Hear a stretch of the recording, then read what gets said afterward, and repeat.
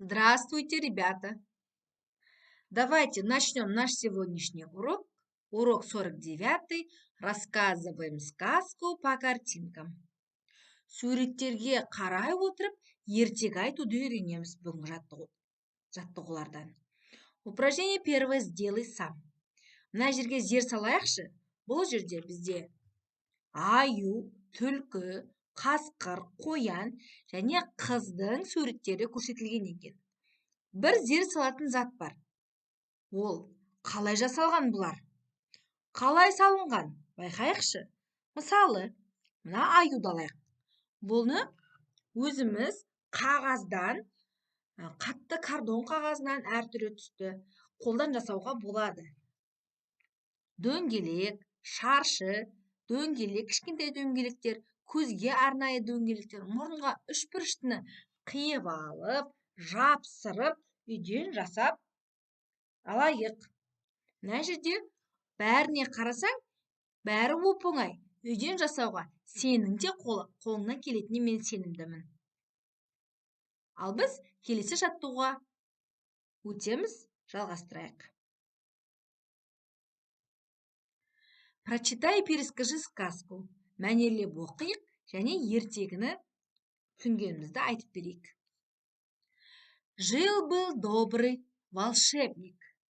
У него был день рождения. На праздник волшебник пригласил своих друзей. Кого он пригласил? Он пригласил муравья, воробья он пригласил. Он еще подарил ворону, он пригласил и краб. И он пригласил краба. Лобстера, можно сказать, да? Приготовил угощение. Сочные фрукты, праздничный торт, вкусное мороженое. Друзья подарили волшебнику подарки. Муравей принес красивые цветы. Ворона подарил разноцветные шары.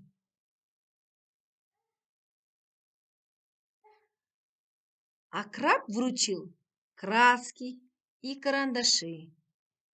А ворона подарила картинку. Волшебник был очень рад подаркам. Бір күні бір сиқыршы өмір сүріпті дейді. Оның туған күні болған екен. Өзінің туған күніне сиқыршы құмырсқаны, торғайды, шаршаянды және қарғаны шақырған екен. Ол өзінің туған күніне тәтті жеміс-жидектерді және әдемі тортты, балмұздақты дайындап қойған екен. Достары сиқыршыға подаркілерін алып келіпті, сыйлықтарын. Құмырсқа әдемі гүлдерін алып келген, торғай әртүрлі шарларын сыйлады. Саршаян оған краска мен карандаш сыйлады, ал қарға болса оған картина сыйлады. Сиқыршы сыйлықтарға өте қуанып қалды. Енді мына жерде сұрағы берілген екен. Расскажи, что было в начале сказки. Ертегінің басында не болды? Рассказать? Надо просто прочитать. Оқиық. Ертегінің басында не болды? Жил-был волшебник. У него был день рождения. Это есть начало. Бұл осының басы. У кого был день рождения? У волшебника был день рождения. Кто был приглашен на праздник? Праздникке кім шақырылған еді? Праздникке бағана айтып кеттік барлығы. Барлық осы сұрақтардың барлығы.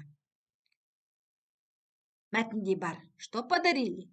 Не сыйлады? Кімді шақырылды? Барлығы ертегіде бар. Түсінгенімізді айтып берейік. Енді найди в тексте 3 глагола прошедшего времени единственного числа мужского рода. Бізге мәтіннен 3 іс-қимылды білдіретін етістікті тауымыз керек. Етістік, иә? Ол етістігіміз өткен шақта жекеше және мужской родта тұруы қажет. Енді іздейік.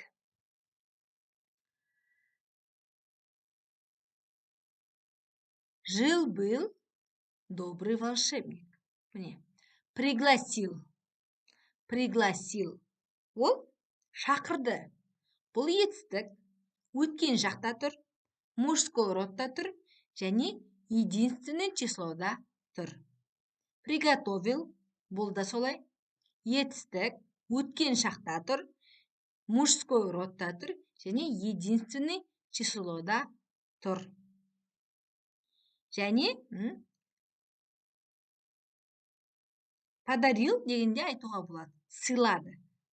Ворона подарил. Осы үшеуін жазайық. Пригласил, приготовил.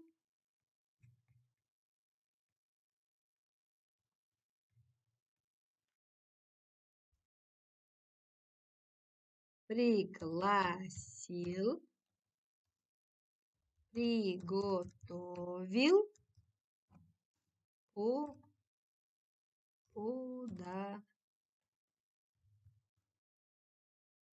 не вот маған? Подарил, сыйлады. Осы үшеуін жазып қойдық. Единственное числода прошедшее времени мужского рода тұр. Басқа қандай етістіктер таптың? Сене жазып кетші өзіңнің нұсқаңды. Өйткені бұдан да басқа етістіктер бар. Келесі жаттығу өтем. Определи дейді. Үшінші жаттығуда, яғни тап дейді. Назови последовательность предложений по тексту. Бұл жерде 3 сөйлем берілген. Бірақ орындары қайсыдан кейін қайсы тұратын белгісіз. Сондықтан соны табуымыз керек. Жил-был добрый волшебник.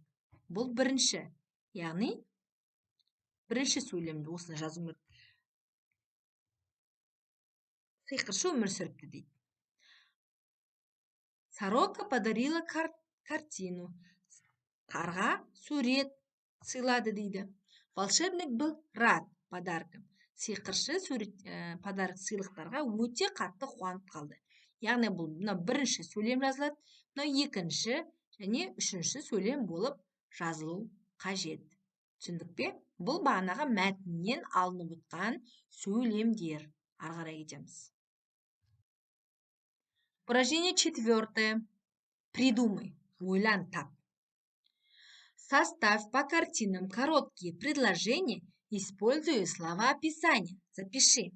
Мына суреттерге қарап, қысқа сөйлемдер жазып шығуымыз қажет. Яғни мына жерде бізде слова описания берілген.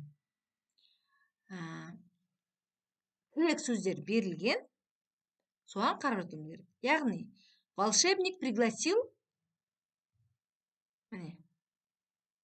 Мына жерге жазсам.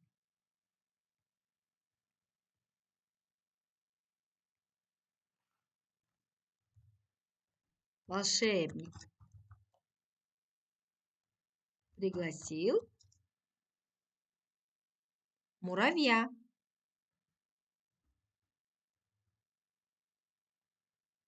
Тогда не жазуға. Волшебник пригласил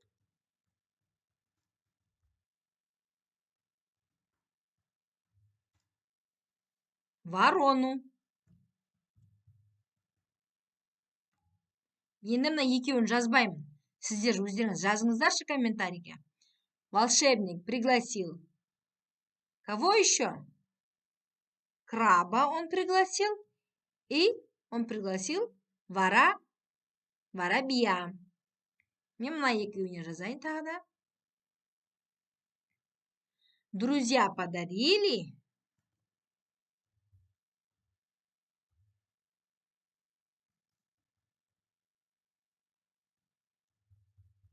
Что ему подарили, друзья? Достар не сыйлады? Шары. Шарлар сыйлады.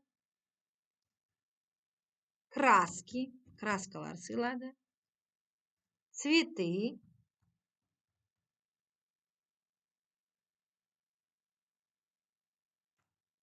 Сыйлады. Түсіндік пе? Мен мына жерге екеуін әдейі жазбай кеттім. Өздеріңіз комментарийға жазыңыздар. Мен құмырсқаны жаздым, қарғаны жаздым. Енді сіздер торғанмен сарышаянды өздеріңіз қосып жазыңыздар. Сіздерге үй тапсырмасы ретінде бергенім болсын. Осымен бүгінгі сабақ аяқталды. Ұнаса менің каналыма тіркеліп, лайк басып, комментарий жазып отырыңыздар. Келесі кездескенше сау, саламат болыңыздар.